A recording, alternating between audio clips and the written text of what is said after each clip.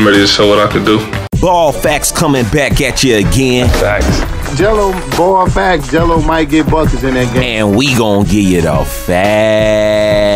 And that's facts. Today, we got to talk about Liangelo Ball being ready right now for the NBA draft and what happened in his overseas career. Remember, he went to Lithuania, joined the LKL. People to this day say that trip was a fiasco and it hurt his career and it was just a wasted year. And they say that because they didn't win much and he came back early. But what people forget is what Liangelo Ball went there and did. At 19 years old, when he went professional, went overseas, he dominated. Yes, you heard me right. I said dominated. Like a dog on a leash when allowed off the leash, bites everybody walking by until they put him back on the leash. And I'll show you how they lied to us and told us that he sucked over there, which was just not true.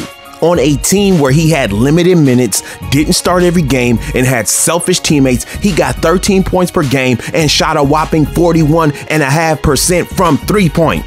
Do you understand what that means? He was killing over there. They just didn't use him. On a night that Liangelo would shoot 41% in Chino Hills, he would have at least 50 points. Liangelo had days where he shot 20 to 28% from three-point and would still have 15 points alone from threes, and that's because his high player usage. He was literally Chino Hills' #1 option. Remember that, guys, on the undefeated state championship team, best in the nation, Liangelo was the #1 option. Okay, let's go. Now back to this Lithuania thing. He shot over 41% and only got 13 points. I told you guys they would freeze him out after scoring 8 straight points, and this is the proof. If you watched these games, you knew that Liangelo would score the most of his points at the start of his minutes, and that's because his teammates would see him heating up and say, "Cool it down, buddy. You're not gonna get that shine over here in front of us." See, Liangelo played with LaMelo and Lonzo, who always passed to him. They're just pass-first players. So he would play his role and just wait for the ball and not force any shots. He knew he could pass and they would pass it back. Well, on this LKL team, the coach didn't always start him. They didn't give him a lot of minutes. His teammates were freezing him out, and he learned people in professional sports can be selfish. That's what he learned over there. Now that I got to play professionally, it's helped me prepare for the NBA because it let me know that like I gotta take care of myself. Everybody's self-centered, so I had to change my style of play and do what I had to do to get picked into the draft. If Jello would have played that first G League game, we would have seen this new mindset that he learned from being overseas, like, let me get these buckets. You know, so Jello's trying to adopt this Mamba mentality that Shaq couldn't deal with at first with Kobe Bryant. Kobe was like, I'm going to get mine. I think Jello understands that now.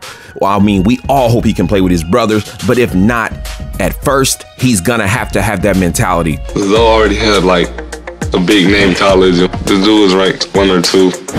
You don't have to worry about stuff like the combine, but I'm coming from overseas team. Now, when he went to the combine, he was ready just to get buckets, but he found out that these NBA scouts are looking for certain athletics that he didn't have. And of course, with his ankle being messed up, he wasn't gonna have them. All the agility testing and all that is different from just actually playing. I can imagine his ankles. You know he was in pain. GQ. Damn.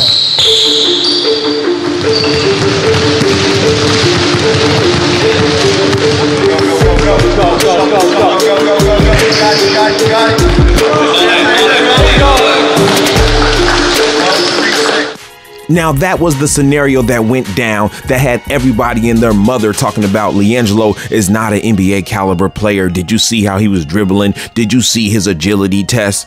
But what they didn't show you, what they didn't tell you, is that Liangelo Ball dominated in the basketball segment. Nobody there could touch him. Nobody there could handle him. He was defending. Offensively, he was a juggernaut, of course, but he was defending, he was moving fast, and people were shocked. They thought it was just TV. Liangelo Ball showed up like, come on now, I've been killing overseas. I killed in high school. Like, where did I not kill? He was shooting the lights out. And matter of fact, he actually did. Do you know why the power went out? Man, can I tell my story? All right, look, when I was little, they used to call me Lights Out because we played in this old-ass gym. I used to make a lot of shots, a lot of threes, and then by a certain time, the lights would just cut off. So it was like, oh, I shoot the lights out. That's what I thought of when the lights went out in there. 1, 2, 3. Stop acting like y'all didn't see my video and y'all didn't hear my song. Walking the tryouts like this is my house. It's too bright in this gym. I'll shoot the lights out. Got a flame on my arm, but this G3 charm is iced out. Iced out. Okay, guys.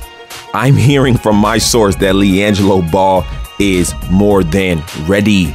I'm talking about the first time around he had his game on point, but didn't have his athleticism because of the injury. They said that he took care of his injury and there is no pain. And he is looking forward to the combines. He's looking forward to the G League. He's going to come back with a vengeance. So Corona, please go away. Get out of here. All right, guys, share this video, like, comment, subscribe, and hit that notification bell. Ball facts again. You're one phone call away, you're one opportunity away from NBA teams. I want people to know that I'm 100% in being in the NBA. Peace.